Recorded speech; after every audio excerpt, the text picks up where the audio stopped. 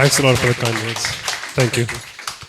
Thanks a lot for the kind words. So yeah, our story starts 5 years ago when I was sitting on my rooftop with my then roommate and current co-founder Henning. We were discussing the topic of the food supply chain and the issues regarding the food supply chain, specifically agriculture. So agriculture is basically, as you can see over there, agriculture is responsible for around 20% of the global carbon emissions. Extensive monoculture and extensive use of pesticide has destroyed the quality of the soil. The soil cannot produce good food anymore. And when we talk about this is production, so when you talk about the distribution of the food, that's also another problem. It travels from so far off, it loses a lot of nutrition. And then there's also some issues about hygiene in the supply chain, like people are not sure what they are getting. So the ground point of the discussion was that the food production and the distribution, the way it is done today, is highly unsustainable for the planet and for the people. Discussion went on for a few weeks. We began looking into solution, how you can produce food. And we came across this very interesting technology called as vertical indoor farming. What you do is you move the plants inside, you use grow lamps and very controlled nutrition delivery through the waters, because of which it is highly resource efficient. Uses up to 90% less water than agriculture, 5 to 7 times less resources, so it's a bit more sustainable. And based upon that insight, EV Gardens GmbH was founded on 1st July 2022 with the mission of using technology to build products and services to grow food plants inside your house. So the aim is to move production closer to consumption. And following up on this insight, we did more research, we learned about technology, and we built what we described as a veggie wardrobe in our own apartment. We grew some tomatoes, we grew some okra, vegetables, herbs, leafy greens, talked to a lot of people, and we realized this thing about the consumer behavior in Europe.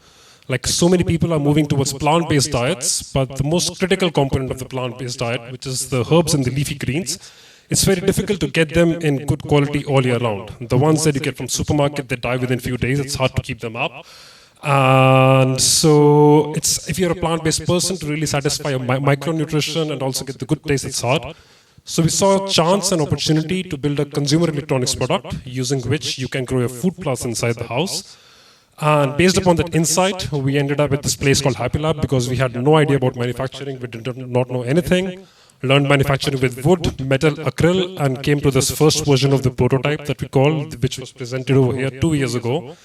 And that was a long journey itself, but that was the prototype. And based upon that, we ended up with the distributed design residency. We met a lot of designers. We learned the functional concepts of design, the aesthetic concepts of design, circular design, like how to not only make products that are durable, last long, but can also be recycled and repurposed and reused later on in the life cycle.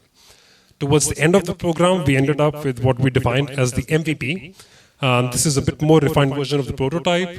So it's basically a space-efficient indoor garden. At the base is a water tank, which you refill once in 2 weeks. Lighting and watering are automated. So we just plant the seeds, refill water once every 2 weeks, and you have your herbs, leafy greens like basil, oregano, everything standing in there. So yeah, after the distributed design residency, we went to a couple of trade fairs, and we are really happy, and we are really grateful to Happylab to give us the opportunity. Talked to a lot of people, refined our sales pitch deck, and we got 10 people to participate in our paid beta tester program. They kept these products in their house, grew different plants. For example, someone grew baby leaf Asia or like sage over there. So they were also like very usual plants which you get like oregano and everything in the supermarket, and also very exotic ones like the baby leaf Asia I mentioned over there. Someone used it for tea. People in Austria use it for their Jausenbrot a lot. So that was the feedback we got, which we were really happy for. And based upon this validation, the city of Vienna, which is second to Wien, awarded us a program innovation. The money was given us to go because we had this prototype. It used to take 25 hours to build one. So this is not a scalable technology or scalable product by any measures. So the money was given to go from prototype to market-ready product, which is more scalable, easy to build, and can be shipped. The main reason why it was difficult to manufacture was the manufacturing processes behind it. So we had to change the process. We had to change the design. So there were 3 main components where we worked on. That is the base, the pillar, and the pots. For the base and the pillar, we had to do bending of the acryl. The thing is, we had very hard requirement on the inside radius and also very low tolerances. So we could not use the already existing machinery. We had to build a machine from the grounds up. We had to build a stencil from the grounds up, which we have been doing for the past few weeks now.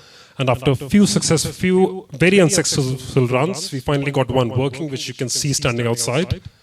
And then there's the story of the pots. Like earlier, we used to have one pot with a structure outside to support it. With some design changes, we got rid of the outside structure. It's supported right on the pillar, and we also improved the aesthetics. So these were some of the changes which we implemented, along with also at the base is being bent now. And this is the team which made it possible, like Maya, who joined us, who has a very good aesthetic appeal for design, and then Patrick, who has an experience in building consumer electronics product. And they have really helped us to take us from this prototype to a market-ready product, which we can soon start selling. So this picture is actually from 2 hours ago. But yeah, talking about the product and the production, so the materials like metals and everything are sourced locally. Raw material for acrylic comes also from Europe. Electronics come from China. We can't do anything about that because that's the only place that produces electronics.